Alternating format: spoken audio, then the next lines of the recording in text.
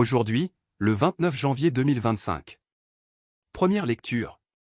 Il a mené pour toujours à leur perfection ceux qu'il sanctifie. Lecture de la lettre aux Hébreux dans l'Ancienne Alliance. Tout prêtre, chaque jour, se tenait debout dans le lieu saint pour le service liturgique, et il offrait à maintes reprises les mêmes sacrifices, qui ne peuvent jamais enlever les péchés.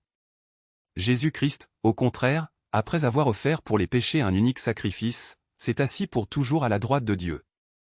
Il attend désormais que ses ennemis soient mis sous ses pieds. Par son unique offrande, il a mené pour toujours à leur perfection ceux qu'il sanctifie.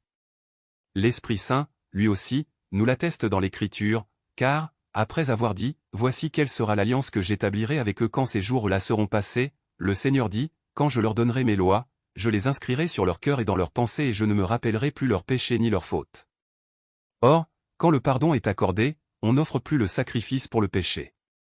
Parole du Seigneur. Psaume. Tu es prêtre à jamais selon l'ordre de Melchisédek.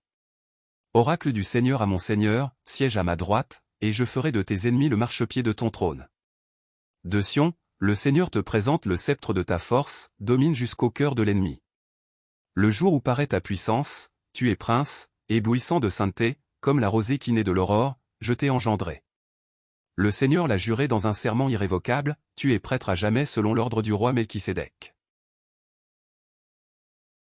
Évangile, voici que le semeur sortit pour semer, Alléluia.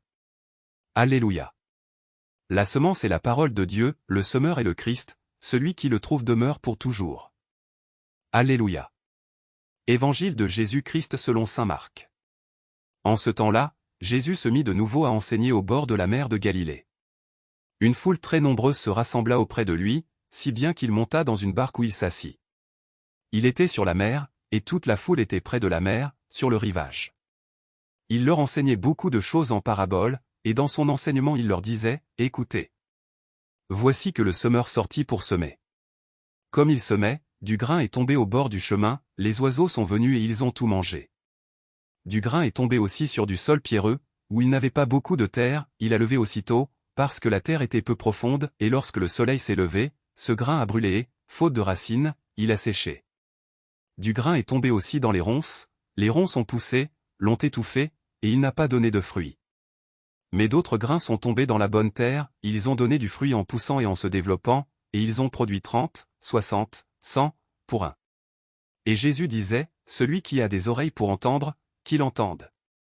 Quand il resta seul, ceux qui étaient autour de lui avec les 12 l'interrogeaient sur les paraboles. Il leur disait, c'est à vous qu'est donné le mystère du royaume de Dieu, mais à ceux qui sont dehors, tout se présente sous forme de paraboles.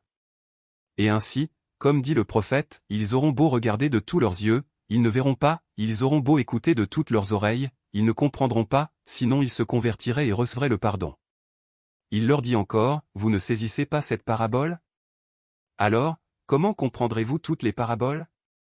Le semeur sème la parole. Il y a ceux qui sont au bord du chemin où la parole est semée, quand ils l'entendent, Satan vient aussitôt et enlève la parole semée en eux. Et de même, il y a ceux qui ont reçu la semence dans les endroits pierreux, ceux-là, quand ils entendent la parole, ils la reçoivent aussitôt avec joie, mais ils n'ont pas en eux de racines, ce sont les gens d'un moment, que vienne la détresse ou la persécution à cause de la parole, ils trébuchent aussitôt.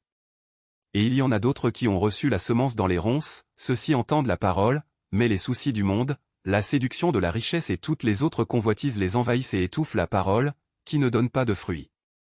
Et il y a ceux qui ont reçu la semence dans la bonne terre, ceux-là entendent la parole, ils l'accueillent, et ils portent du fruit, 30, 60, 100, pour un.